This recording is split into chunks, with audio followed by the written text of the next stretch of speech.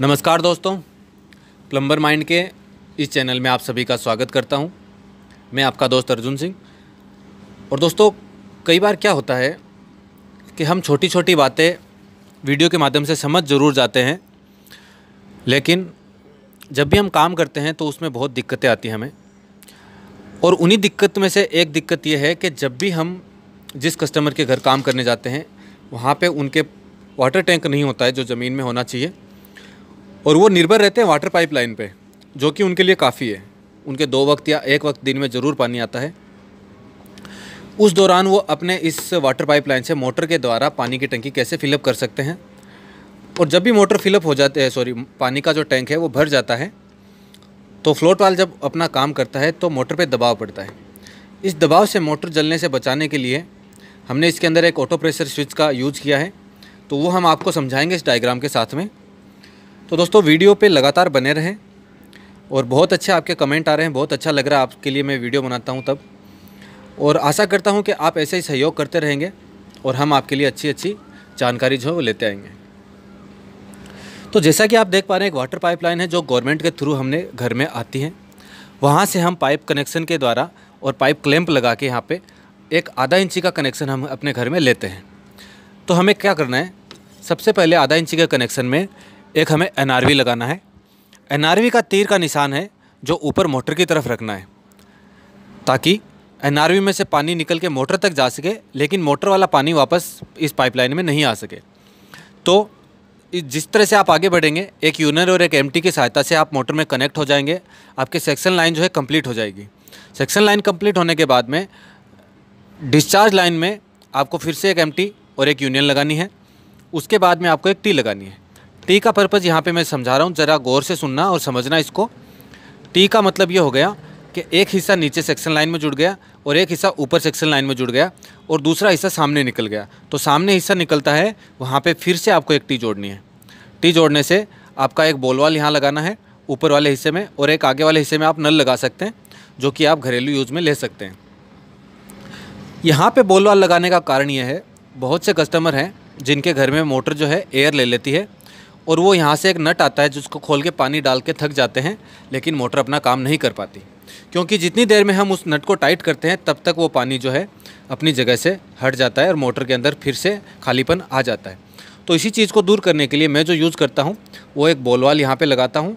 जब भी मुझे ज़रूरत पड़ती है मैं इसके अंदर पानी डालता हूँ, हल्का सा बॉल वाल खोल के रखता हूँ और मोटर ऑन करता हूँ, तब मोटर क्या है अपना प्रेशर से इस पाइपलाइन में से पानी खींच के काम करने लग जाती है। तो ये चीज़ ज़रूर करें जब भी आप करें। उसके बाद में मैंने यहाँ पे एक ऑटो प्रेशर स्विच लगाया है। वो मैंने इसलिए लगाया है कि जब भी पानी का टैंक भर जाता है, फ्लोट वाल्व अपना बंद हो जाता है, तो इस पाइपलाइन में से पानी नहीं निकलता और मोटर पे दबाव पड़ता है। तो मोटर पे दबाव ना पड़े और मोटर ऑटोमेटिकली बंद हो जाए, इसके लिए मैं यहाँ पे ऑटो प्रेशर स्विच लगाता हूँ। ऑटो प्रेशर स्विच लगाने का एक अच्छा सा तरीका यही है कि आप लाइन जो है आपका बोर्ड, उसमें से एक लाइन ऑटो प्रेशर स्विच में ऐड करें, फिर वहीं से दूसरी लाइन निकाल के पंप के अंदर जोड़ दें। ऑटो प्रेशर स्विच के अंदर कुछ इस तरह से मैकेनिज्म आता है। ये ऑटो प्रेशर स्विच होता है, 2 अलग अलग टर्मिनल होते हैं और ऐसे एक पत्ती लगी होती है। जब भी प्रेशर स्विच ऑन होता है तब ये पत्ती अटैच हो जाती है, और जैसे इस पर दबाव पड़ता है तो ये पत्ती है पानी के दबाव से दूर हो जाती है। यानी कि मोटर का जो प्रेशर रहेगा उस प्रेशर के साथ में पत्तियाँ दूर हो जाती हैं, तो अपना काम करना इसमें बंद कर देती है, तो मोटर बंद हो जाती है। जैसे ही पानी का टैंक जो है खाली होता है, फ्लोट वाल नीचे आता है, इस पाइप में जो प्रेशर था वो निकल जाता है। निकलते ही मोटर अपना काम दोबारा से शुरू कर देती है। तो आपको करना क्या है, एक एनआरवी, 2 यूनियन, 2 एमटी और 2 टी और एक यहाँ पे बॉल वाल लेना है हमको।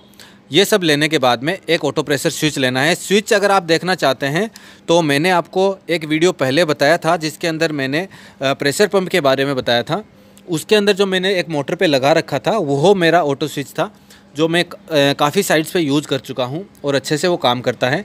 वो यहाँ पे आप लगा सकते हैं, बड़ा ही आसानी से काम करेगा। एडजस्टेबल होता है, ऐसा कुछ नहीं है, एडजस्ट कर सकते हैं इसको, लेकिन आप अगर इसको ठीक से लगाएंगे तभी ये वर्क कर पाएगा, अदरवाइज़ ये वर्क नहीं करेगा।